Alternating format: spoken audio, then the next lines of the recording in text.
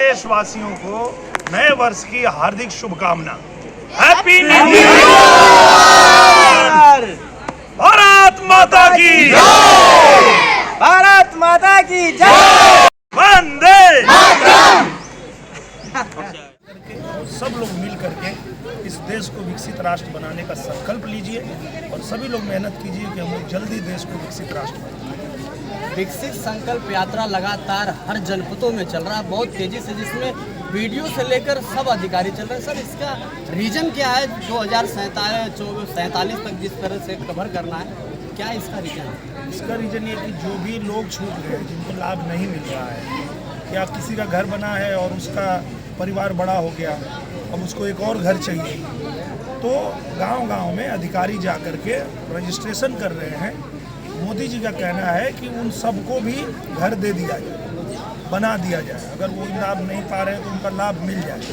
तो अब जनता को अधिकारियों के पास नहीं दौड़ना है, अधिकारी और जनता के जो प्रतिनिधि है वो लोग गांव-गांव जा कर के उनको लाभ पहुंचाने का काम करें। कल अयोध्या में बड़ा 8 किलोमीटर का रोड शो रहा है और बड़ा कई उद्घाटन, रेलवे से चौक का उद्घाटन हुआ। जिस तरह से उत्साहित नजर आया अयोध्या में, किस तरह से राम 22 तारीख को उद्घाटन में आपका भी आशीर्वाद किस तरह से रहेगा?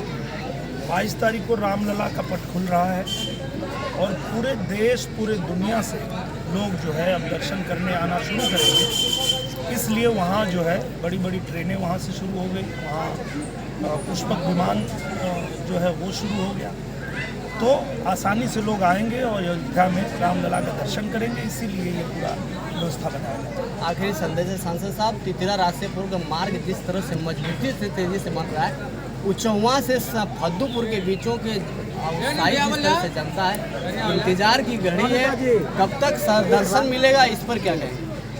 हम लोग बहुत प्रयास किए और प्रयास करके उस सड़क को काफ़ी समय से नहीं बन रहा था। पूजनीय महाराज जी की कृपा से अब वो बन रहा है और वो जैसे बन के तैयार हो जाएगा तो हम लोग आएंगे और फिर आप लोग के हाथ से मिठाई भी खाएंगे और आप लोग को भी मिठाई खाएंगे। आखिरी में संदेश दे दीजिए लोगों को नए साल के। सभी लोगों को नए साल की बहुत शुभकामना। आप लोग स्वस्थ रहिए, मस्त रहिए और व्यस्त रहिए। बहुत बहुत धन्यवाद।